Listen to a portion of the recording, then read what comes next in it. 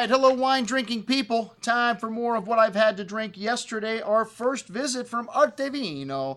And I have to say, very impressive. This is a guy who knows what he's doing in picking Italian wines. Well, his family's been in the business for years. He just started his own company a short time ago. And I'll tell you, I was very impressed with everything on the table. I've never heard of this Casanuova de Nittardi wine, but every wine he opened from this property, with the exception, well, that wasn't from the same property, I'm sorry. Every wine from this property, I thought, excellent. And this is a Chianti Classico producer, and they make single vineyard Chianti Classicos. The first wine, the Vigna Doggesa, which is 100% Sangiovese, located in an area near Panzano, and the Reserva they make only a few times a decade. They only use Tonneau, no new oak, and this wine spends approximately 16 months and another year in barrel before it's released. Really classic bouquet here. Then this guy's got that fine herb and red berry fruit on the nose, nice complexity, a little old leather salad, an elegantly fashioned wine, a lot of that dried flower, porcini mushroom, and fine earth. Really nice length and complexity through the finish.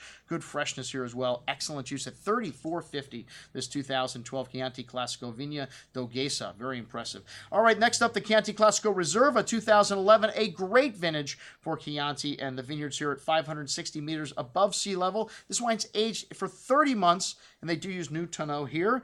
Very concentrated, rich bouquet, kind of barnyard, earthy character. A bit of funk here, that red berry fruit, fine herbs, dried flowers. Only 1,500 cases produced. Really rich and concentrated on the tongue. This wine's got a lot of earth and spice, smooth, velvety texture here, wonderful freshness at the end. Most excellent juice at $52.50. All right, they make a wine called Ad Astra, which is a blend of Sangiovese, Cabernet Merlot, Syrah, and a touch of Alicante, which is aged in Tonneau for 14 months. This wine's got a host of dark spices, black earth, black truffles, kind of aged meat character. Very complex bouquet of aromas, big and rustic on the palate, lots of tannins, but they're ripe and round, and this wine's got that dried floral and black truffle nuance coming out at the end as well. Really nice complexity here.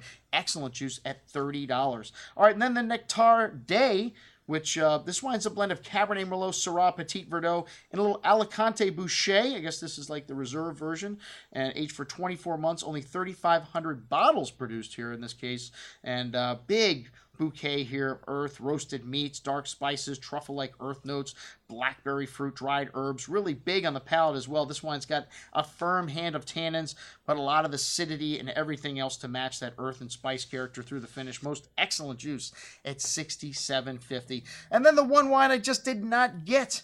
I don't understand why you need to cross Cabernet and Merlot to make a new grape varietal. This Poderi Carnisciale wine, Il Cabernet, really, to me, just way overpriced. And, 2 hectares of bush vines, and I guess since they're the only ones that have this clone, they feel like they can charge an astronomical amount for it. Well, it's got a strong wintergreen, kind of minty note coming out as this wine opens up. It's got some dark currant and cherry fruit, but some herbs notes, some unfined and unfiltered, and this wine's got a black licorice kind of spice, some smoky campfire notes coming out, a good amount of that pepperiness lasting through the finish, dry tannins, an herbal note, and that meaty character at the end.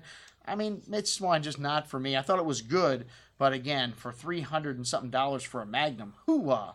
What was good were these Marion wines. I will tell you what, wow, man, I had never had these wines before. I love the wines of Valpolicella. The first one, the Valpolicella Superior, well, it's a winery that started in 1993. That may be why we haven't had it. The vineyards were existing, and these guys make this wine.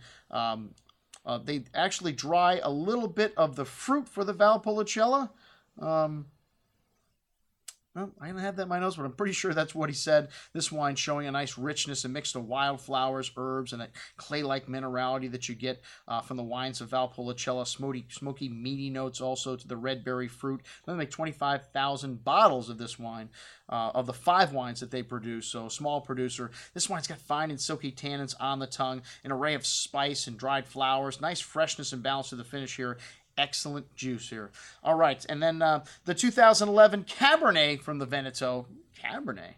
I guess this wine was inspired by the work of the great Giuseppe Quintarelli with his Al Zero, but it's 100% Cabernet. Quintarelli does a blend of Cabernet and Cabernet Franc, produced in the same way they make the Valpolicella Superiore. They dry part of the grapes, and this is a very well-endowed wine on the nose. Dark currant, dark cherry fruit, notes of black pepper, fine herbs, and a good bit of that clay-like minerality. Really nice complexity. This wine's got a good amount of sweet berry fruit on the tongue, some tannins here, that nice chalky clay-like minerality note lasting through the finish. Most excellent juice. One of the closest things that I've ever had to Al Zero. Not Al Zero, but at $52.50, not priced anything close to Al Zero either. All right, the Marin Amarone.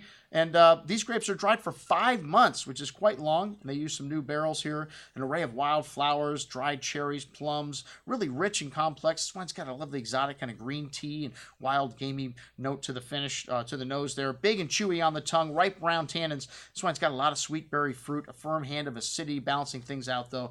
Lovely elegance to this wine at $97.50. Most excellent Amarone. All right, and then to finish things off, a little Sagrantino de Montefalco. Or is it Montefalco de Sagrantino? I don't know. This is the first time I've ever seen a label that said Montefalco Sagrantino, but it's from Romanelli Winery, and a new wine for me also. It's got a good amount of that wild character you get from this Sagrantino grape, and it's aged for 18 months in French barrique. It's got some nice dark spices, dark dried flowers, dark berry fruit, black licorice, really rich and concentrated on the tongue, some rough tannins. Still a little monster on the second day. This wine's got that wild herb and flower note lasting through the long, complex finish. An excellent example of Sagrantino Montefalco or Montefalco Sagrantino. All right, I'm your host, Andrew Lamposoni, signing off for the Wine Watch, saying remember, always drink the good stuff first.